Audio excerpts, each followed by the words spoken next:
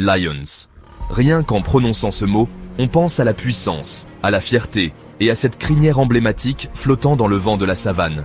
Mais qu'est-ce qui fait vraiment du lion le roi des bêtes? Eh bien, pour commencer, le lion est le seul grand félin qui vit vraiment et chasse en groupe.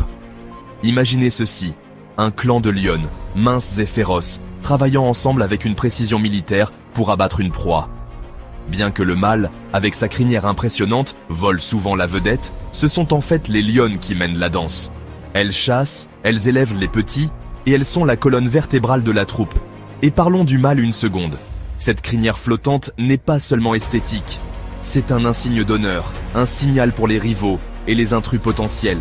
Quand il rugit, ce son peut voyager jusqu'à 10 km à travers les plaines, comme envoyer une lettre d'avertissement en son surround.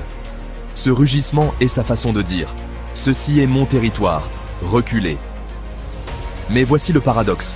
Le soi-disant roi est aussi un énorme, disons, passionné de relaxation. Croyez-le ou non, les lions passent jusqu'à 20 heures par jour à dormir ou simplement à paresser. S'il y avait une épreuve olympique pour la sieste, les lions gagneraient l'or, à chaque fois. Pendant ce temps, les lionnes sont les véritables leaders. Elles prennent les décisions importantes, coordonnent les chasses et veillent sur l'avenir de la troupe, ces adorables lionceaux. Et en parlant de lionceaux, pendant les 3 premiers mois, ils sont cachés avec leur mère.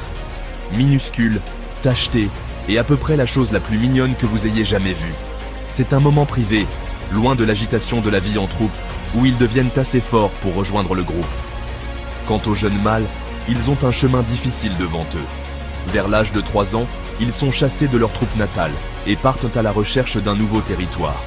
C'est un rite de passage. S'ils sont forts et chanceux, ils pourraient bien devenir rois eux-mêmes dans une autre troupe. Alors, la prochaine fois que vous penserez au lion, souvenez-vous, derrière cette célèbre crinière se cache une société complexe, pleine de drames, de travail d'équipe et d'une quantité surprenante de temps de sieste. Le vrai roi? Peut-être est-ce la lionne qui mène la danse. C'est la vérité sauvage sur le roi et la reine des bêtes.